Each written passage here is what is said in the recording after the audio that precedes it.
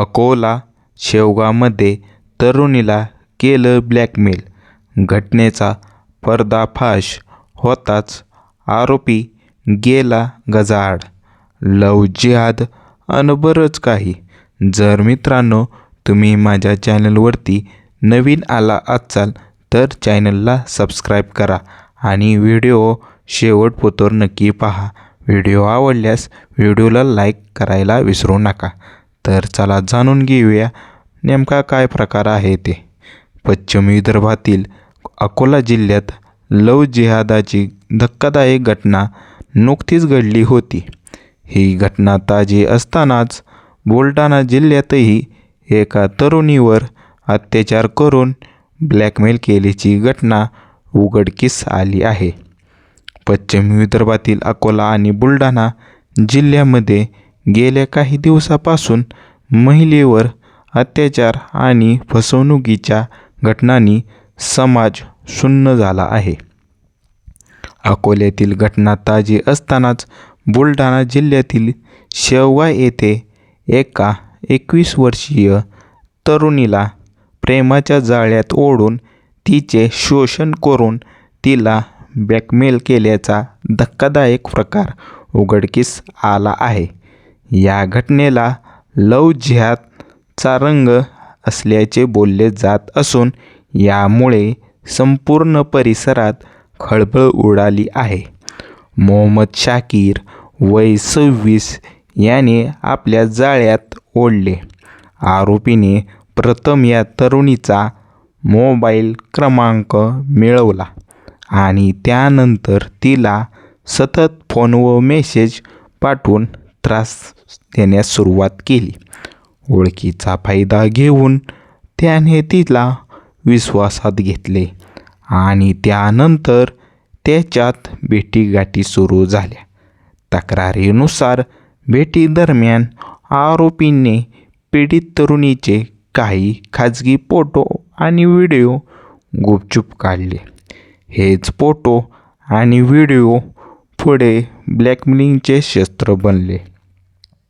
आरोपींनी हे video social मीडियावर व्हायरल करण्याची धमकी देऊन तरुणीवर अत्याचार केले आणि तिला मानसिक त्रास देत राहिला. हा प्रकार बराच काळ दबलेला होता. मात्र जेव्हा पीडितेची सहनशक्ती संपली तेव्हा ही माहिती अकोल्यातील प्रसिद्ध सामाजिक कार्यकर्ते सनी जंजाळ यांच्यापर्यंत पोचली. घटनेचे गांभीर्य ओळखून सनी जंजाळ यांनी तातडीने शेवगाव गाठले.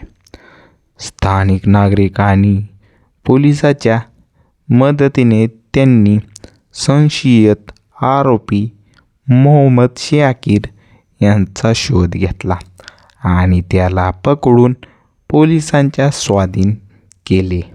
सामाजिक कार्यकर्त्यांच्या या तत्परतेमुळे एका मोठ्या अनर्थाला वाचा फुटली आणि पीडितेला न्याय मिळवण्याच्या प्रक्रियेला सुरुवात झाली.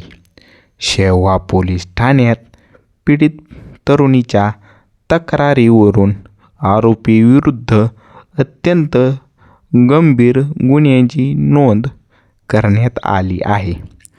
अत्याचार, लग्नाचे आमिष आणि ब्लॅकमेलिंगद्वारे केलेल्या शोषणाबद्दल ॲट्रॉसिटी ॲक्ट पीडिता विशिष्ट समाजातील असलेले आरोपीवर अनुचित जाती जमाती प्रतिबंधक कायद्याअंतर्गत गुन्हा दाखल करण्यात आला.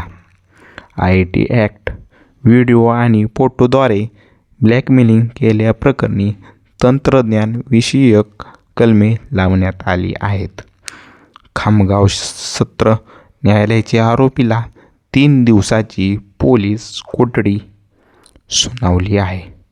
सध्या पोलीस त्यांच्या मोबाईलमधील डिजिटल पुराव्याची फोटो, व्हिडिओ आणि चॅट्स तपासणी करत आहेत. या घटनेनंतर अकोला आणि बुलढाणा जिल्ह्यात हिंदुत्ववादी संघटना आक्रमक झाल्या आहेत.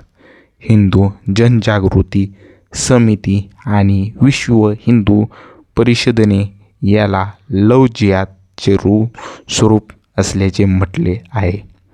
अकोल्यातील संघटनांनी आगामी अर्थसंकल्पीय अधिवेशनात लव्ह जिहाद विरोधी कडक कायदा करण्याची मागणी राज्य सरकारकडे केली आहे.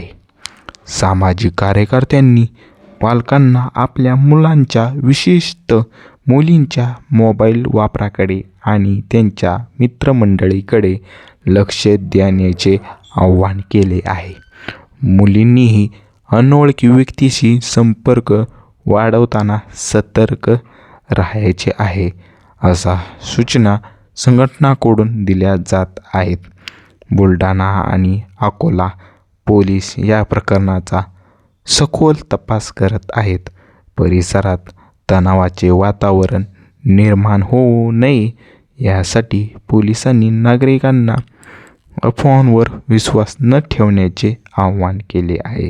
कायदा आपले काम करत आहे आणि दोषीला कडक शिक्षा होईल अशी ग्वाही प्रशासनाकडून देण्यात आली आहे. तसेच अशा प्रकारच्या इतर काही घटना घडल्या असल्यास तातडीने पोलिसांनी संपर्क साधण्याचे आवाहन करण्यात आले आहे. शेवगावमधील ही घटना केवळ एका मुलीच्या शोषणाची नाही, तर ती सोशल मीडिया आणि मोबाईलच्या माध्यमातून होणाऱ्या फसवणुकीचा इशारा आहे. 25 ते 30 वर्षाच्या तरुणाकडून 20 ते 21 वर्षाच्या तरुणींना लक्ष्य केले जाण्याचे प्रमाण वाढत आहे. यावर केवळ कायदेशीर कारवाई करून चालणार नाही, तर सामाजिक स्तरावर मोठ्या प्रमाणावर प्रबोधन होण्याची गरज आहे.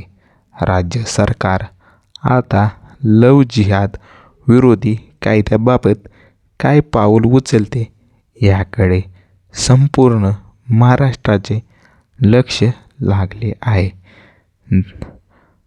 धन्यवाद दोस्तो, तुम्ही माझा सर्व व्हिडिओ पूर्ण पाहिल्याबद्दल.